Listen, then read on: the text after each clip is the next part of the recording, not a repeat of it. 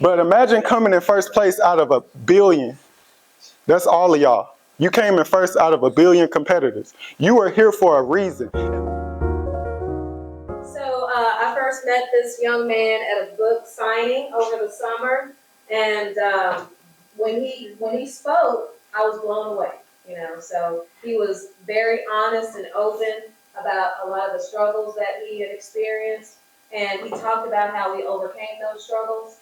And I really thought and knew that he would be an inspiration to you guys. I feel like it's extremely important for us to have examples of positivity. And we all go through things, but you never know what you might say or what story might impact someone else. So when you're overcoming obstacles and you share how you overcome, that could definitely help the next person get through whatever it is they're going through. So the person I'm about to introduce is Lacy. He is a husband, he's a father, he is an author. He wrote Out of the Ashes, which is an awesome book.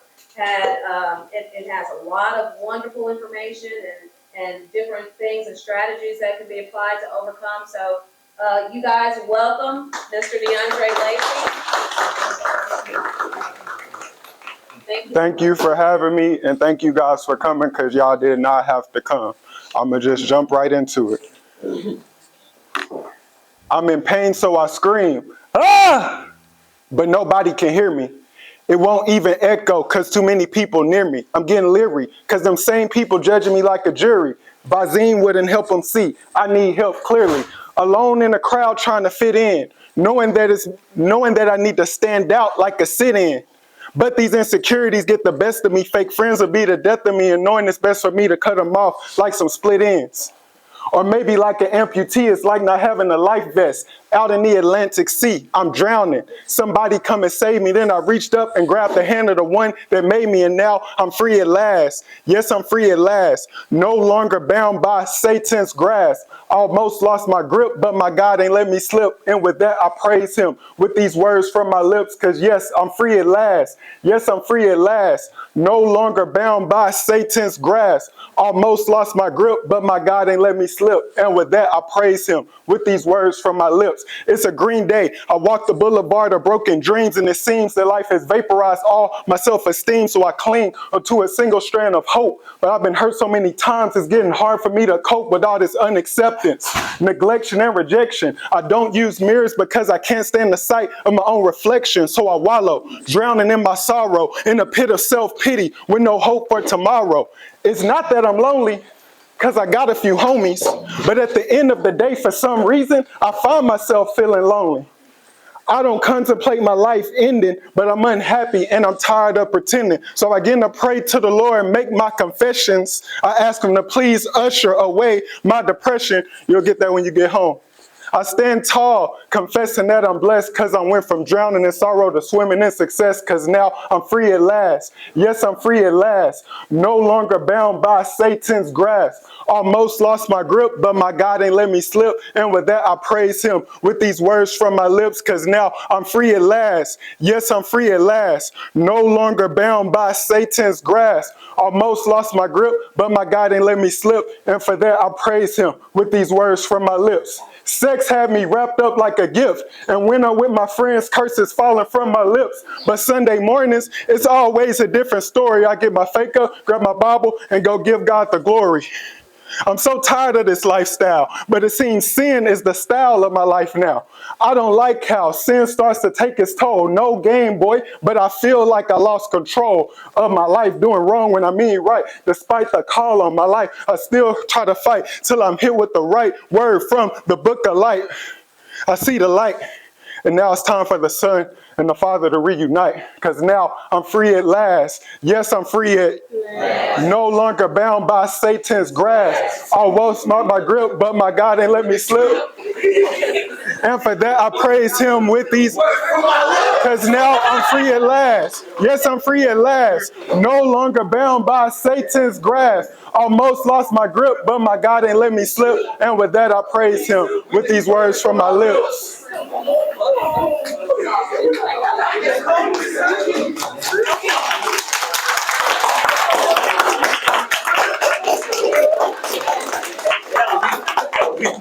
Thank you, guys. My name is DeAndre Lacy. I'm a follower of Christ. I'm a husband. I'm a father. I'm a brother. I'm an educator. And I believe that the vision, the mission for my life is to share wisdom to educate and empower people. And the vision I have for my life is to inspire people to discover their God-given purpose. So when I saw that slide, it really spoke to me. I believe everybody in here has a purpose. And that's what my book is about, and that's what I'm about. And shout out to my cousin Mike. He co-wrote that song with me. When I was your age, we wrote that song and we used to rap. And so verse 1 was his, verse 2 was mine, verse 3 was his. And we used to do that. So I'm going to talk about 3 obstacles that I had to overcome in my life. And I'm going to talk about 3 actions that I took to overcome those obstacles. And I'm cool with posting on social media and all of that if you're doing it for that. But guys, I drove 4 hours to be here today. I don't do this for money. I do this for a greater purpose. Everybody that's here is supposed to be here. So if you hear it's something for you, be present, lock in, walk away with something that can impact your life. Okay? Raise your hand if you have any sisters or brothers. How many sisters or brothers do you have? What's your name? Taylor. I have 2 sisters and 1 brother. 2 sisters, 1 brother? Adriana, 2 brothers, 1 sister. All right, I can't get to everybody, but Dominique on the camera, that's my sister back there. I have 3 sisters, 1 brother. All right, that's my sister Audrey. She the oldest. All right, we share the same mother, but we don't have the same father. That's my sister Mimi. She a nurse now. She's a mom. She killing it. We are the same dad. We don't have the same mom. And that's Dominique in the back. That's when she graduated from college in 2 years on the track scholarship. And that's my brother, Devondrick. He graduated from a welding program. He already making money. He just bought himself a truck, $13,000 cash. So it's more than one way to make it. You got to find your path, all right? So growing up, it was hard for me because during holidays, I didn't get to always be with my brothers and sisters because the oldest, Audrey, she lived with me until she was 8, and then she moved with my grandmother, and then my grandmother died from cancer, and then she moved with my aunt, then she moved with an uncle and an aunt in Dallas, and we never got to consistently grow up together. And then my sister Mimi, we never got to live together. I only saw her on holidays. And so one time my aunt told me when I was 5, I was frustrated, and I was like, why are we driving over here and driving over there, and why are we having to drop them off and pick them up and do all of these different things? And what I realized was that my parents weren't together when they had me. I realized that according to definition, I would be a bastard. And I know we use that word to talk about people, but the literal definition is a child that's born out of wedlock. All right? And so when that hit me, a few questions came to my mind. Did I ruin my parents' life? Because clearly they didn't plan to have me, right? Was me being born the only reason that they got married? And that's me, by the way, if you didn't figure that out. And would their life be easier or better without me? These are different things that went through my mind when I realized that you watch these movies on Disney Channel or whatever, and it's always this little fairy tale and high school sweethearts and all that. But when I look at my life and I look at a sister over here, a sister over there, and all this going on, I realized my life was never going to be no fairy tale. My life wasn't going to be like that. And so the first obstacle that I faced is that I thought I was an accident. I thought that because my parents didn't intentionally have me, that my life was just a mistake, that it didn't matter, that I wasn't planned for. So why was I here? And I don't know if anyone has ever felt like that you just felt like you over this. Like, I go to school every day. I do the same thing day in and day out. And I'm just looking for some hope. And what is the point of all of this? To just get up and go work a job just to live one day and die the next? Am I even going to make it to a certain age? Do I even care? Why do we have to come here? Why do we have to go to school? What is the point? And if you believe that you're just an accident, if you believe that you don't have a purpose in life like they're talking about, then that is how you're going to feel. And everything that you do is going to be dreadful because you don't know why you're doing it. But luckily, I'm a believer. I don't know if there are any other believers in here, but in the Bible, it says that God knitted you together in your mother's womb.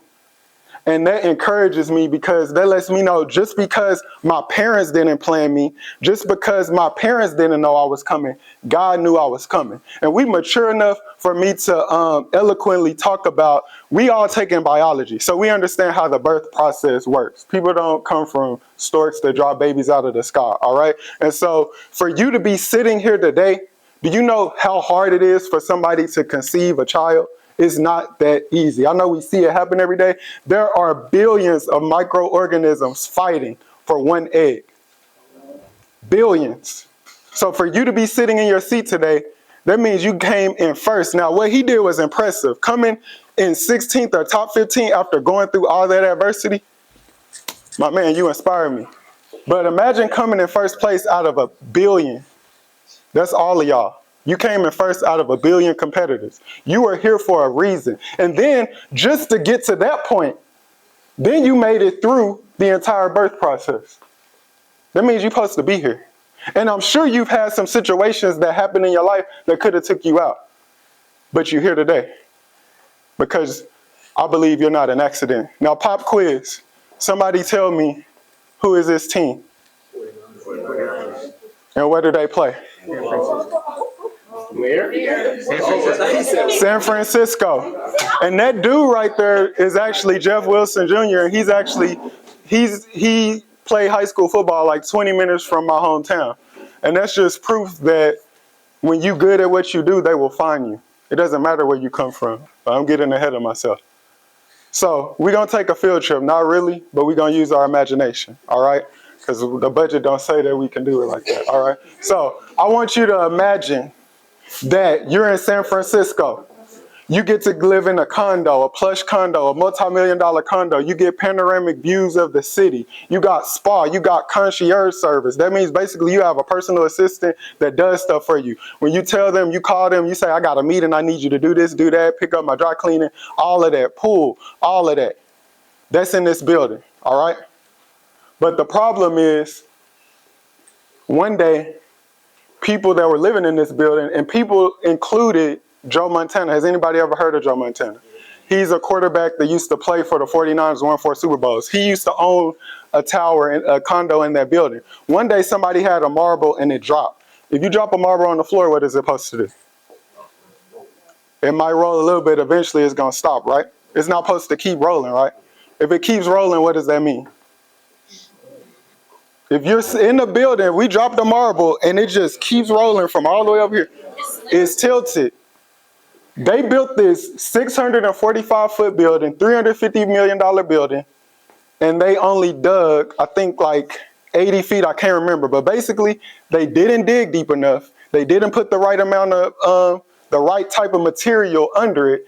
And every building shifts. Sometimes when you sit in your house and you feel some little noises in there and nobody in the house, it's the house shifting. But, you know, check to be safe. But it's the house shifting, all right? All houses, you know, I'm not going to lie. If I hear noise, I go in the shower and I open it. But a house is supposed to make noise, all right? It shifts, but it's not supposed to shift too much. And that building was shifting and currently is leaning, and they're trying to figure out how to fix it because somebody didn't lay the right foundation. Because the higher you want to go, the deeper you got to dig. Oh, somebody missed that. The higher you want to go, the deeper your foundation. Why? Because if you have a shallow foundation and you got a tall building, it's just going to get knocked over. They didn't dig deep enough and they didn't get the right foundation for the building. So therefore, people have spent millions of dollars. One condo could cost up to $5 million. It ain't worth nothing. The cement is, the sidewalk is cracking. The parking lot underneath is messed up. They're trying to figure out how to fix it. They didn't take, that's why your teachers say, double check your test. This is the person that got through school that didn't double check. And now they building stuff. Do you want to be on the bridge that somebody didn't double check? I don't. So this stuff that you learning, why do we got to learn this in real life? That's why. Because somebody going to graduate and get the job to do that. And now you affecting other people's lives because you cut corners. Now your mistake is costing other people. But that's a whole nother thing. That's for free. That ain't even in the presentation. So, number one, how do you identify yourself? Because self-identity is your foundation. You can have NBA dreams. You can have CEO dreams. You can have all these crazy dreams, right? But if your foundation is shallow and it's not with the right substance, you're going to be just like that building. You're going to be toppling. You might make it for a little while and it looks pretty for a little, 2 years. And then like 2 years into the building, it started falling down. How deep is your foundation? Because if it ain't deep enough, it's not going to last the test of time. It ain't a matter of if, it's going to rain. Something's going to happen. A family member's going to die. Nobody expected COVID. Life comes at you, and only the strong survive. The secret to success is just to keep going. That is the secret. All the successful people you see, they're not more talented than you. They're not smarter than you. They didn't all come from great homes. They just didn't give up. How you see yourself is important. You got to decide, who are you going to be? You going to be the first picture where yeah, I know I come from this environment. Yeah, I know this is what's going on. But when I look in the mirror, that's what I see. Or are you going to be the other one? Nobody can decide that for you. Your parents can't decide that for you. Your teachers can't decide that for you. Every day you wake up, no matter where you come from, no matter what you've gone through, you have to decide when you look in the mirror, what do you see? How do you want to see yourself? So what I do with my students, what I like to do with my students is we do affirmations before we start our class. Because guess what? Some people think that's soft, that's weak, that don't matter. Every day you're affirming yourself regardless. When you make a mistake and you're like, man, that was stupid. You're affirming, that's how you're talking to yourself. So I have them do affirmations to start their day off right, because I know negativity is coming. So those who want to, I'm not going to make you do it. I'll do it by myself. I'm going to say it and I want you to repeat it after me. I'm not an accident. My life has purpose. My life has purpose. And guess what? You might not really believe it, but you got to keep saying it until you believe it. It's one thing to accept how you came into the world. It's another thing to face the world in which you came. So you may be saying, you know what, that first part ain't really for me. I know I'm not an accident. I know I have purpose. But you may be frustrated with the world that you came into. Okay? September 3rd, 2004 is the worst day of my life. No day even comes close. Why? Because that was the day that I woke up to a weird noise coming from my room. My parents argued. That was normal. They would yell and all of that. But this was a little different. I woke up and I walked down the hallway and I saw my dad on top of my mom, attacking her, driving her face into the ground. I was 11 years old. I was in 6th grade. I was scared. I was saying, Daddy, stop, Dad, please stop. But he wasn't listening to me. So I ran into my room and I was crying. I prayed. I was like, God, what am I supposed to do? I opened the door. Before I opened the door, I tried to get the phone. This was old, back when we had landline phones. And the battery to the y'all don't even know what that is, but the landline phone, the battery got knocked out. So I couldn't call nobody. So I had a choice. I could lay there and listen to my mom screaming for her life, or I could do something. So I ran out the door. Luckily, my grandparents lived 2 houses down. I ran out the door. My heart was about to beat out of my chest. I knock on the door. My grandmother, I call her name and she answers the door. Little do I know, our neighbor, by the grace of God, everything happens for a reason, who comes in and out of town, happened to be in town that day, heard it, called my grandfather. He's already coming around the back. And I watched my dad leave the house in handcuffs. But that day I had a current event due. My grandmother said, do you want to stay home? I said, no. Why? What is that going to do? I went back in that house, walked by that big bloody stain in the carpet, printed my paper and went to school. I didn't get in no fight or nothing. I was cool. Why am I going to sit around and cry about it? It's not going to change anything. My dad always told me to put my education first. But my parents are still together. My dad later got diagnosed with bipolar disorder. He got help, but that was still a difficult moment in my life. And what was even more so difficult was the moments after that, because I lived in a small town, Palestine, Texas. If you watch football, if you ever watch Adrian Peterson, that's where he come from. And so everybody knew about it. People would talk about it. If I got into it with kids and we was going back and forth, they would bring it up. They would say, at least my dad don't beat my mom. And they was mean. I had to deal with that. And then also that changed him. He wasn't the dad that he was before. I got married. He didn't come to my wedding. My sister made it back there. She made it to state and track multiple times. He never saw her run. He didn't go to her graduation. I've forgiven him, but I basically almost like lost a parent. I felt like a fatherless child. And I was embarrassed that my mom was the only one working. I was embarrassed that we had to go through all of that. I was embarrassed that I had a parent with a mental disorder. I thought I was the only one. And so, what do you need to embrace? Because chapter 2 is called Embrace Your Origins. And embracing, it doesn't mean that you pretend like everything is fine. And you pretend like it's normal for these things to go on in your life. And you pretend like it's okay. That's not what embracing it means. Embracing it means I can't change it. It is a part of me, but I can overcome it. I can go through it, but I can't avoid it. I can't pretend like it doesn't exist. What are some things you need to embrace? Is it your family? Is there something about your family you're embarrassed about? I used to be embarrassed, like really embarrass myself, but I thought AC in your car was like for rich people. Because for whatever reason, my parents' car never had working AC.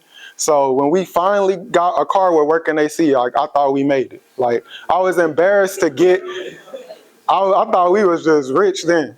I was embarrassed to get out of our car at times. I was embarrassed that I would go to the lunch line, my account be on negative. And my dad wanted me to call and work out something. I just stopped eating. I was embarrassed that my dad knew how to cut hair, but for some reason, he let me go to school with no edge up. I mean, it was 3 months. I mean, it looked like a rainbow. I had no line up, man. My hair looked like taco meat, man. I was getting flamed. I'm telling you. He was putting me through trauma. What are some things you need to embrace? So these are the first two. I thought I was an accident. I was ashamed of my background. This is what embracing your origins is. Can somebody read that for me? God, grant me the Serenity. serenity to accept the things I cannot change, and courage to change the things I can, and wisdom to know the difference. It's true. You can't control who your parents are. You can't control the neighborhood you grow up in. You can't control a lot of things about your life. But if you take inventory, there are a lot of things you can control. You can control the effort you come to school with. You can control the fact that you don't got to come out of pocket for school.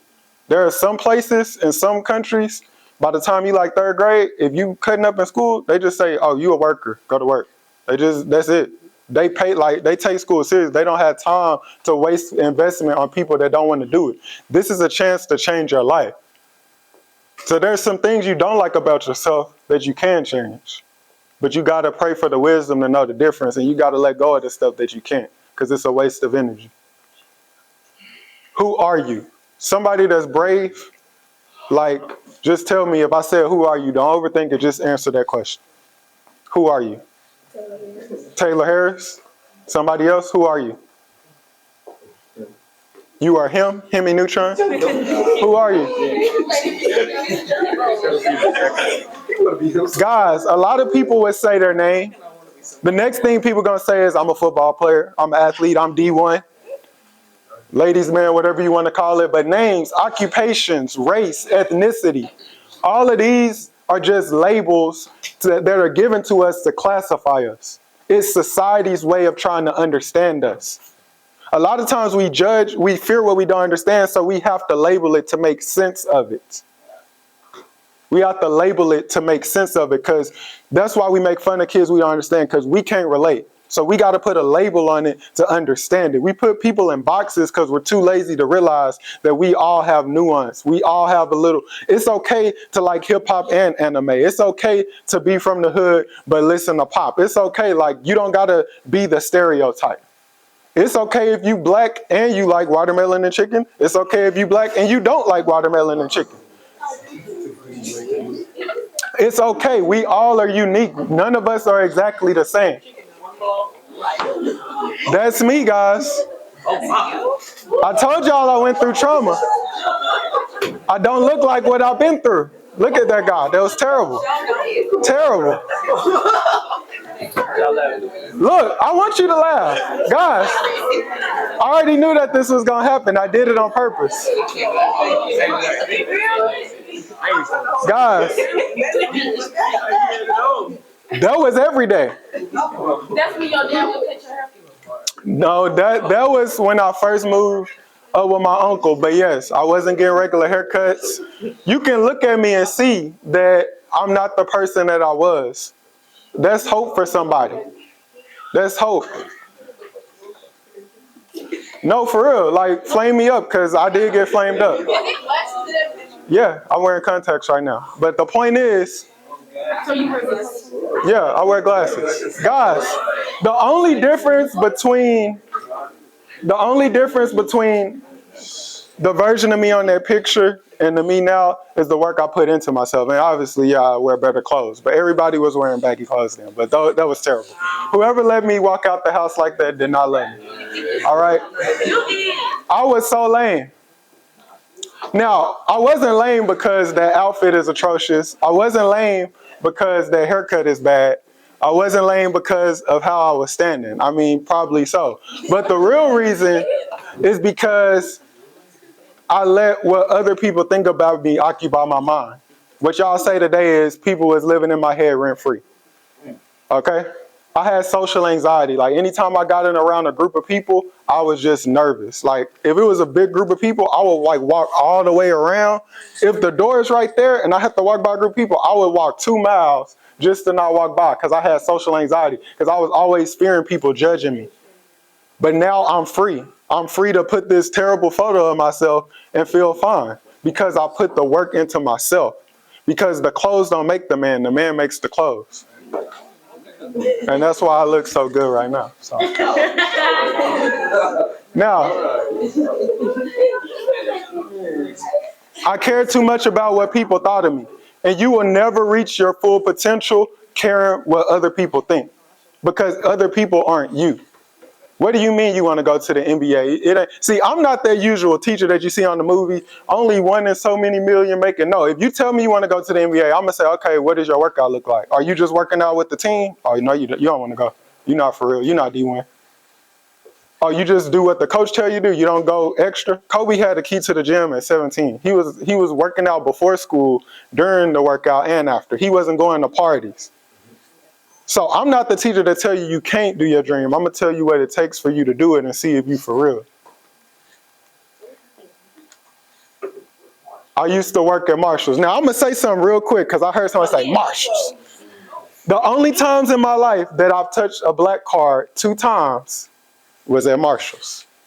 Dude came in, wasn't no rapper, didn't have no grill in. I bet if you saw what he wore, you wouldn't even thought. Picked him. Dropped 10 stacks. I tell you, gotta keep making records, you gotta keep touring, you gotta keep doing stuff. You really broke. Meanwhile, this guy went in Marshall's, dropped 10 stacks, overheard me talking about a mission trip I was going on, helped pay for other kids to go on the trip.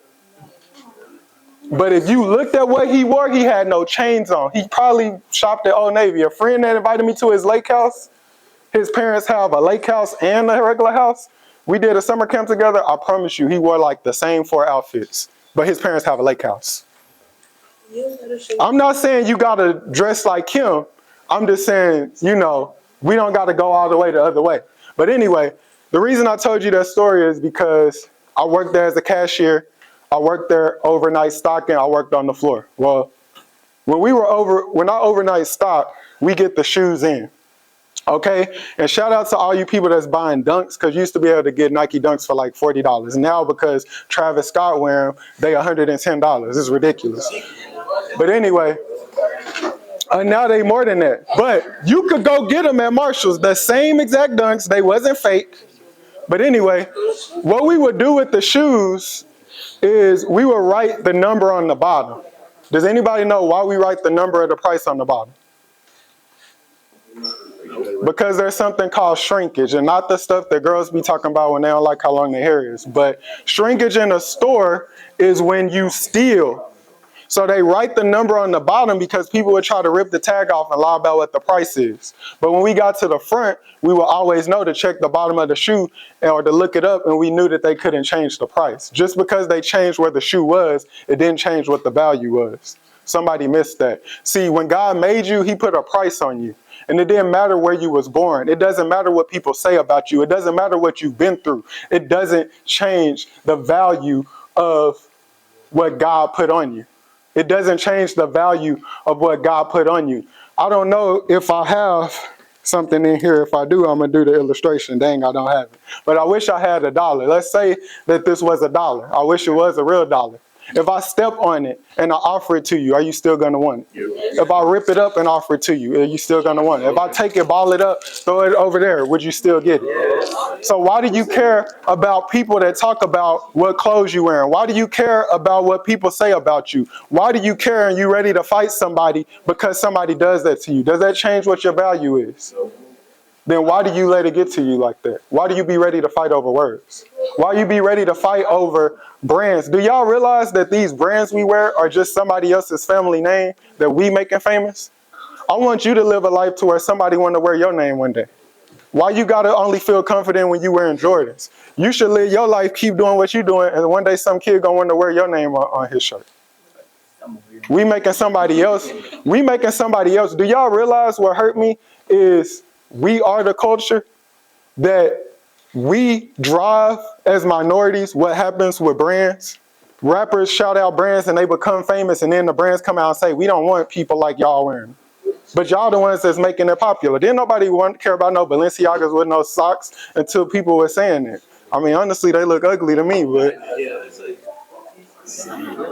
I want y'all to repeat after me. God did his best work. God did his best work when he made me. when he made me. And that song. How did I transform? Because that's the same dude on all 3 pictures.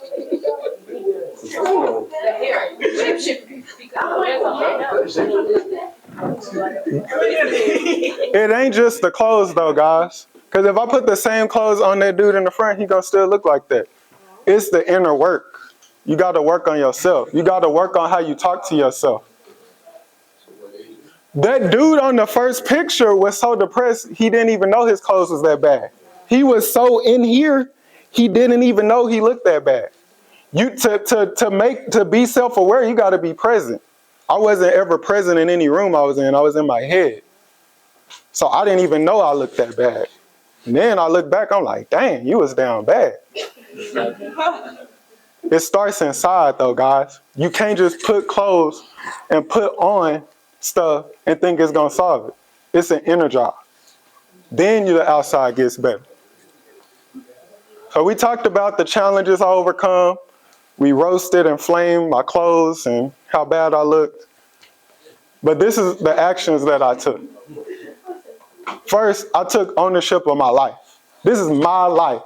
This is not my parents' life. I love my parents. It's not their life. It's not my friend's life. It's not my family's life. It's nobody's life but my life. And nobody can change it but me. If you're waiting for an apology, you might be waiting for the rest of your life. If you're waiting on somebody to say sorry, if you're waiting for somebody to just come save you, it may or may not happen.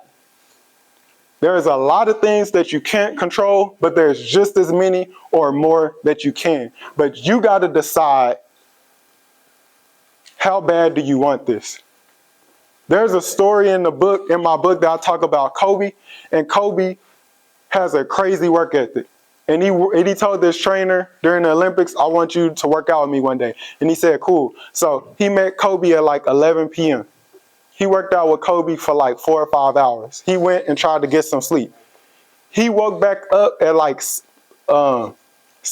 He woke back up. They got back in the court at like 11 a.m. Kobe was already on the court sweating. He said, dang, what time did you wake back up? I never left.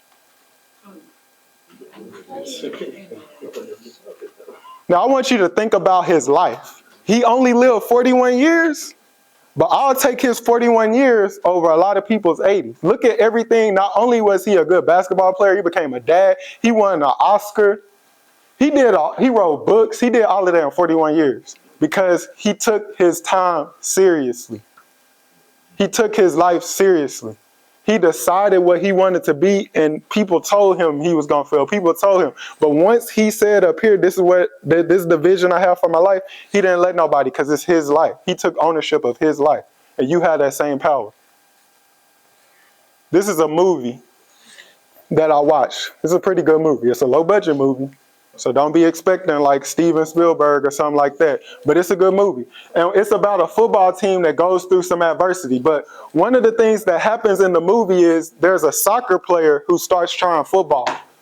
But he's not that confident, so he ends up being the backup kicker. But if you stay ready, you don't have to what? Get ready. You got to stay ready. Raise your hand if you believe in luck. That some people are lucky. Respectfully, I disagree. You know what luck is? Luck is when opportunity meets preparation. You have an opportunity every day. It's a lot of people in here that say, I want to be a singer. What if Beyonce walked in here right now and said, I want to sign somebody? Show me your demo right now. We ain't ready. I keep these in the car. When people talking about pop the trunk, that's what I'm talking about.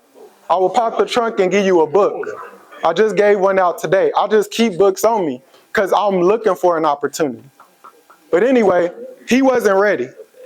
Kicker gets hurt, he's the backup, and a lot of us that play sports, when we the backup, we ain't watching the game, we don't watch film, we halfway go to practice. Coach ain't playing me, but what if you get your chance? Kicker gets hurt, he missed the kick. You know what he says? What do y'all think he said? No, he told his dad, I knew I was gonna miss it before I kicked it. You should believe. Your actions will always follow your beliefs. But we can't get mad at him because we go to math class and say, I'm not a math person. So you just like him. Your actions follow your beliefs. If you believe that, you're going to look for a way to fail. It's like those teams that you watch in sports that it don't matter how good it's going for them. It's like they find a way to mess up because it's inside. Hey, not too much on the Cowboys, though. Not too much. But, guys, a lot of us are not where we want to be in life. And I used to see these celebrities, and I thought they was full of something. Because every time you see them on an interview, and they say, what is your secret? And they say, I just believed in myself. I'm like, no, tell me, what y'all doing? Jim Carrey wrote himself a check for $10 million. And on one of his biggest movies, he got $10 million. Everything you currently have in your life is because of your mindset.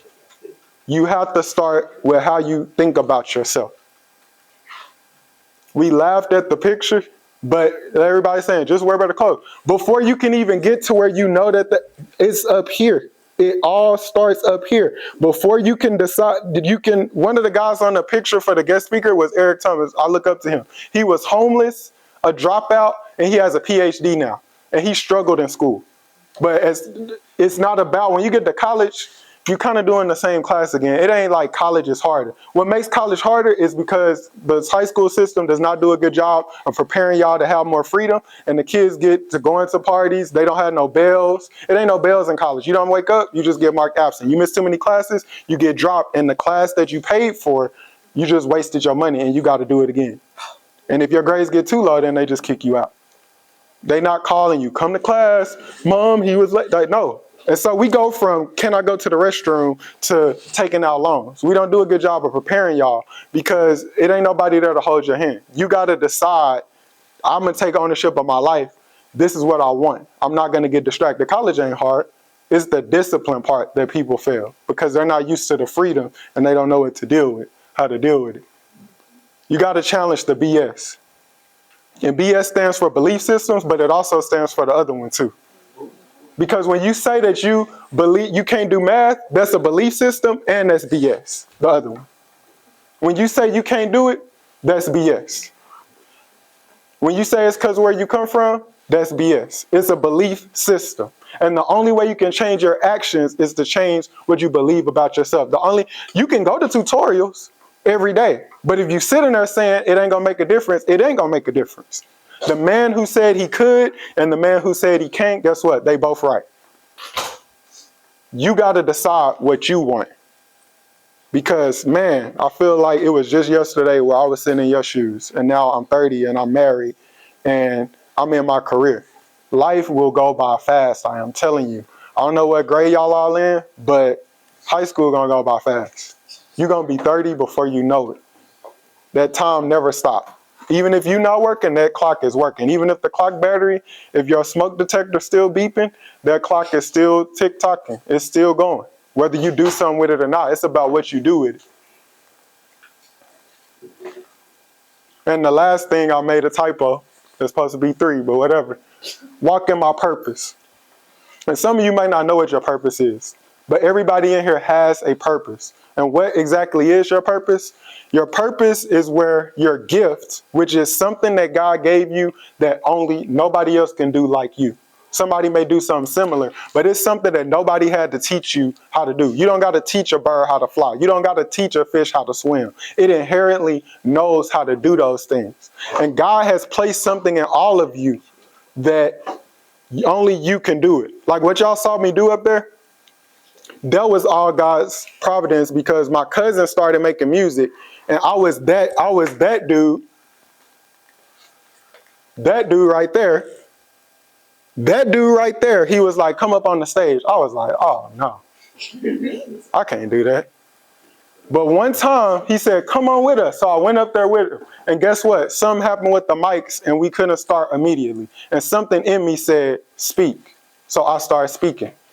Me starting to speak that day turned to me rapping on songs, turned to me dropping bars like I did today, turned to me eventually doing what I'm doing now, because I was willing to get out of my comfort zone and challenge myself. Your gift is something that God gave you that you can lose if you don't use it. And it's something that is inside of you. You might not understand, because I was always a good writer, but there was no way for, like Nipsey said, he's a genius, but they left him no platforms to explain it. I didn't have a platform to show that I could write. So I thought all the kids that were good at this and good at that, I didn't think I had a talent. I didn't have a platform to speak really. So I didn't have a way of knowing that, but that was my gift. Every one of you has a gift. And you got to determine what your values are. What are your values? Your values are the things that tick you off. If somebody's late and that makes you mad, you value time. If somebody lies to you and that makes you mad, you value trust and honesty. If you want somebody to do what they say they're going to do, if you want somebody to respect your boundaries, you value respect. So you take all your values, you put them with your gifts, and that's your purpose. It's really simple. We all have one. We all have gifts. And your purpose, if you don't know what your purpose is to find your purpose. So I just want to leave y'all with this. I believe that your pain has a purpose. I believe that your pain is a compass to your destiny. The pain of my father, the pain of the things that I went through, the pain of going through high school, being that person every day is what led me to doing this. My pain was a compass. It was a navigational system that led me to my purpose. Thank you guys for being a great audience. Thank you guys for participating. At this point, follow me on social medias. DeAndre Lacy, because I'm telling you, he said some good stuff. So I really, really hope that you value the information that you received today and that you value the book that you get, because I'm telling you, it's good. It's definitely helpful. And we thank you so much for being here today. You did not have to be here. I was so grateful when I met you and I asked you to come and you were like, yes, I would be happy to. So you don't know what it means to us to have you here today. So I want to present to you a gift from 100 United. And thank you so much. And I just want to share something with y'all. All those people that you see that say, don't do it for the money, like, do the purpose, chase the purpose. Like, sometimes I used to be like, that's a joke. Like, I got to get paid, okay? But I don't do it for money. We never even talked about that. When I decided I was going to come, I came. And the same energy that I gave y'all, I've been paid before, I've not been paid before. I'm going to give you the same quality. But when you chase purpose, it finds you. It might not always be money per se, but it might be an opportunity. But you gotta stay ready to keep from getting ready. Whatever it is that you want to do, don't wait for somebody else to give an opportunity to you. Make an opportunity for yourself. You are in the greatest time. The world is the smallest it's ever been. If you want to make music, you can start today. You can do it on your phone. If you're going to spend $1,000 on that phone, make some money for you. You can put your money into the stock market on your phone. You can start braiding people's hair, whatever it is you want to do. You don't got to wait for somebody else to give it to you. You can create your own lane and create your own opportunity. And when you chase purpose, the money and all of that is going to come because you are doing what you do in excellence. She didn't have to invite me here. She saw me at another thing. And I went, and I knew it wasn't I already knew before I went, it wasn't going to be that many people. But I went anyway because I felt led to go, and it led to this opportunity. Okay? And so I want y'all to know that y'all are valuable. Okay? I wouldn't have driven 4 hours, done all the things I did to get here if I didn't value you. But the challenge is, are you going to value yourself? Because I can't do that for you. I already showed you that I care about you. But are you going to respect yourself by how you handle business in the classroom? Because I knew my parents didn't have it. I don't know about your parents. I can't speak on your life. I knew my parents didn't have it. And I knew that if I didn't find a way through school or some way, I wasn't going to have no way in life. And also, all the people that got siblings, that's my sister back there. I messed up in college. I had a full ride academically my first year. I wasn't focused. I got student loans now. She went to school basically for free. She about to get married soon. She graduated school in 2 years. My brother did a trade in 7 months because they came behind me. I couldn't mess up. They're looking at me. So if you can't do it for yourself, it was days in school. I had F's in school. If you read the book, I'll tell all my business in there. I'm an open book. Some of y'all missed the opportunity to ask today, but I understand. But when you read the book, you know I failed in college, failed multiple classes, almost even got kicked out of college one time. I didn't write about that part, but that did happen. But somebody is looking at you. Somebody is waiting for somebody to operate in their purpose. They're waiting on you to operate in yours. Somebody is, they'll never tell you, especially your friends, they too embarrassed, but people look up to you. People make decisions based on what they see you do. So if you can't keep going for yourself, keep going for somebody else. Because I tell my sister all the time, it was times in school, it was times where I didn't know if I was going to finish, and I thought about them. And that's like the only reason I finished. I didn't even want to do it for myself no more, but I did it for them. So I'm going to really leave y'all with that. Like, when you don't feel like doing it, because guess what? Motivation is overrated. You're not going to always feel motivated. That's where discipline kicks in. So when you feel like you want to give up, you have a younger brother, you have a sister, you have a mom, you have somebody, you think about them and then keep going. But thank y'all. Like, y'all was amazing. Like, y'all was paying attention. Like, I felt y'all energy, and whatever you put out there, you get it back. So I appreciate y'all. And if there's ever another opportunity, like, I would definitely come back. Thank you. Appreciate it. What's up? It's your new favorite author, DeAndre J. Lacy. And I just want to thank you for taking the time out of your day and watching this video. If you haven't already, do me a huge favor and go ahead and hit that like and subscribe button. See you next time.